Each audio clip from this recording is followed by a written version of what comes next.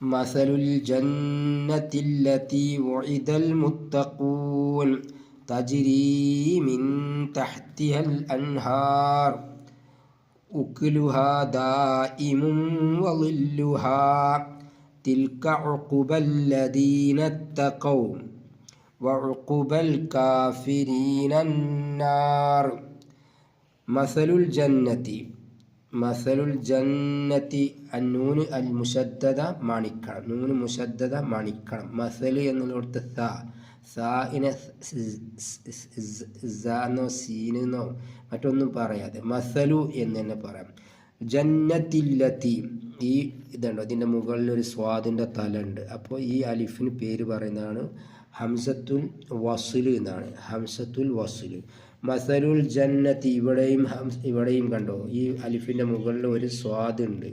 അതും എന്താണ് ഹംസത്തുൽ വസ്ലാണ്. അഥവാ ഹംസത്തുൽ വസ്ൽ പറഞ്ഞാൽ അൽ ജന്നത്തു എന്ന് നമ്മൾ പറയാതെ, അല്ലത്തി എന്ന് നമ്മൾ പറയാതെ മസലുൽ ജന്നത്തില്ലത്തി അങ്ങനെ പറയുക എന്നുള്ളതാണ്.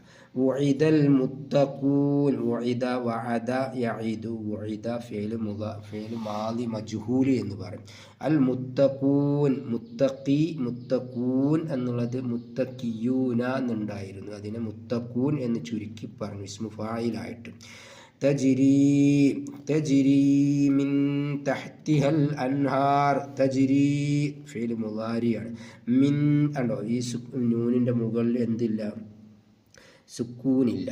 അപ്പോൾ തജ്രീ മിൻ തഹ്തിഹൽ, തജ്രീ മിൻ തഹ്തിഹൽ, തജ്രീ മിൻ തഹ്തിഹൽ എന്ന് പറയുന്നതിന് പകരം തജ്രീ മിൻ തഹ്തിഹൽ രണ്ട് അറഫിന് മാത്രം നീട്ടാൻ പാടുള്ളൂ. തജ്രീ മിൻ തഹ്തിഹൽ, മിൻ തഹ്തിഹ മണിച്ച് മറച്ച് ഓതണം. സുക്കൂനിനെ മറച്ചിട്ട് അതിൻ്റെ ആ നൂനിനെ ഇഖ്ഫ ആക്കി മറച്ച് മണിച്ച് ഓതുക എന്ന് പറയും.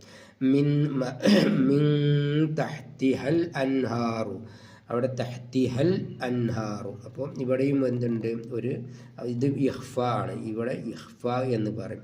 സുക്കൂനായ നൂനിന് ശേഷം 15 അക്ഷരങ്ങൾ വന്നാൽ ഇഖ്ഫ ആണ്, മണിച്ചോതുക എന്നുള്ളതാണ്. മറച്ച് മണിച്ചോതുക. പിന്നെ ഇവിടെ വസ്ലിൻ്റെ ഹംസ് ഉണ്ട്. അൽ അൻഹാർ, ഇവിടെ സ്വലെ. അൽ വഖഫ് എന്താണ്, വഖഫ് ചേർത്തി ഓതുന്നത് ഉത്തമവും എന്നാൽ വഖഫ് ചെയ്യാവുന്നതുമാണ് എന്നാണ് സ്വലെ എന്ന് പറഞ്ഞാൽ.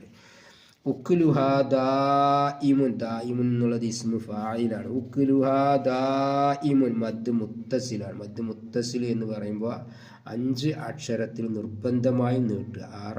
6 അക്ഷരത്തിൽ അല്ലെങ്കിൽ 6 വിരൽ മടക്കുന്ന സമയം നീട്ടാവുന്നതാണ്. പിന്നെ